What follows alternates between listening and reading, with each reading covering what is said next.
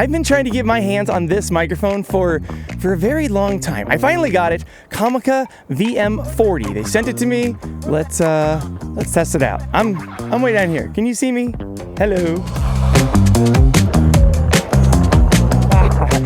And the reason that I've wanted this microphone will become apparent very, very quickly. Look, it's a shotgun microphone that is wirelessly beaming to my camera, but also recording 32-bit float audio internally to the microphone. Yeah, I mean, that's the main reason I've wanted it. This is the Comica VM40. Now, in order to show you kind of the difference between shotgun audio and lav audio, which we're all very accustomed to, I also have their Comica BooMax lav system on. I have one in like the, just magnet on you, although this transmitter is a little large to be doing that, so I also have it run via a lav. So the transmitter is in my pocket, completely hidden, and then just a little lav mic would be on my shirt. That having a lav on your wireless system is very nice. But today we're gonna go over kind of the top features on this guy. We'll touch on the BooMax a little bit, but really I'm excited for the VM40.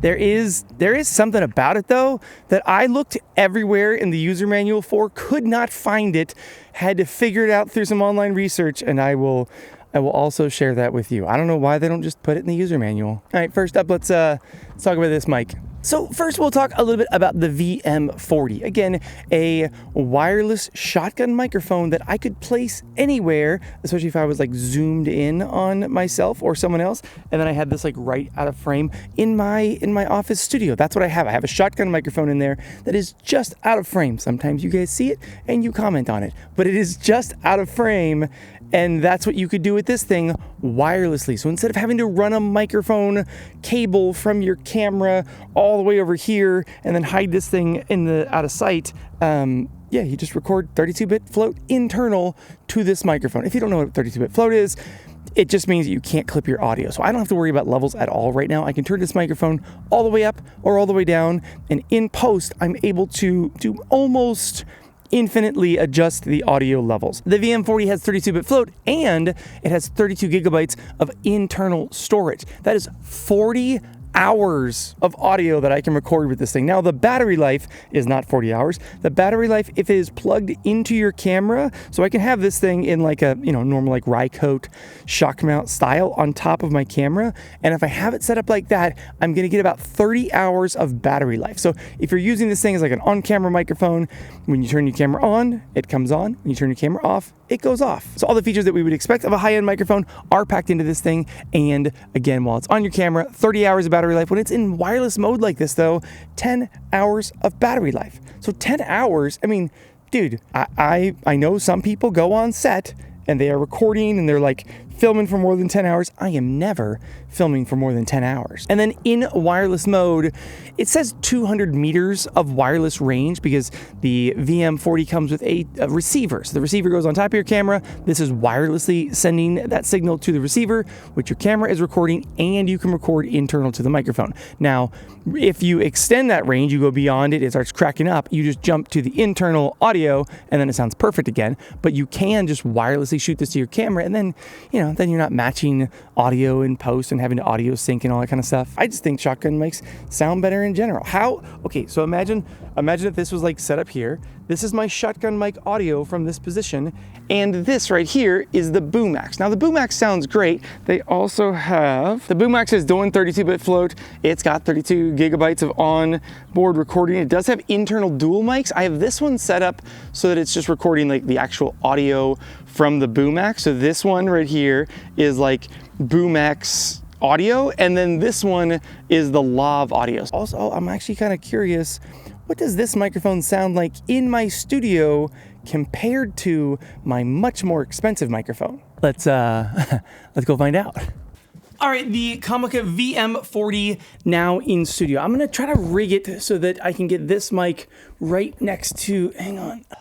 Okay, everything should be right here. So now I have the Rode, I think it's NTG3, which I believe is like a $700 microphone. So this is a $700 microphone versus a $250 microphone in the Comica. Now that is probably like one of the biggest sell points, like the biggest like the value that you're getting in the VM40 is kind of what's so crazy. So $700 microphone, doesn't even have a battery inside of it. I have to run it through an XLR cable. It goes into a Tascam X8 recorder, and then I sync in post. But with this guy, there's no wires, there's no nothing. It's just a wireless microphone that is recording internally, 32-bit float. How does it sound, especially when I jump from a $250 microphone over to a I should know how much this thing costs. Hang on. Tap on B&H Photo. $700 microphone. So this is a $700 microphone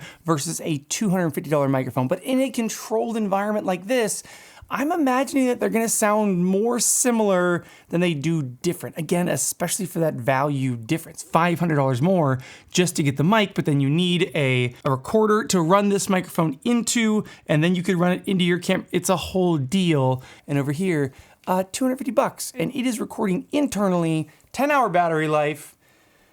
How do they sound side by side? Right. Okay, let's talk about kind of the kits, like everything you get with the two units first, and then we'll talk more about the BooMax. So with the VM40, we get the receiver that's gonna go on top of your camera.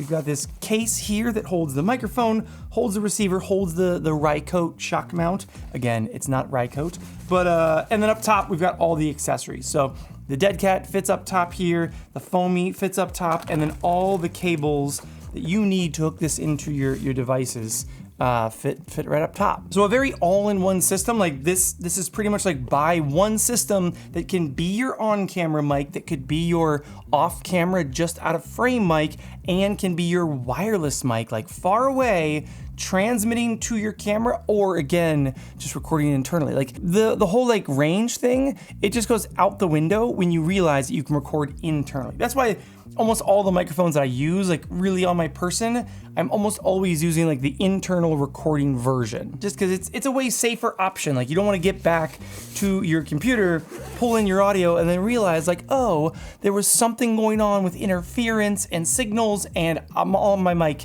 audio is trash. Like that sucks. Okay, on the BooMax, you get the two mics. Now, I do have an issue actually with these. The transmitters themselves, they're a little larger than like other transmitters. They do have dual microphone capsules in there, which is really nice, but the transmitter itself is kind of larger, but that is kind of nice because then you can run a lav. Like this lav on me, it's running to my pocket. You don't see the lav really much at all, especially if you're wearing a dark shirt, but a lav is much smaller than like having this thing on the front of you. But, so I wouldn't do this anyways, but if you are using like that magnetic bit on these mics, two things. One is, if this is on there, like if you like, oh, now I wanna store it back in the case that it comes with, it does not go into the case with that microphone piece on. You gotta take this off, and then in like the accessory pouch that they give you, there's a little spot in here that you can keep your microphone bits, but I don't know. I just wish that could stay on there. I also wish that the dead cats that are for these guys, boom, now I have a fluffy dead cat on the mic.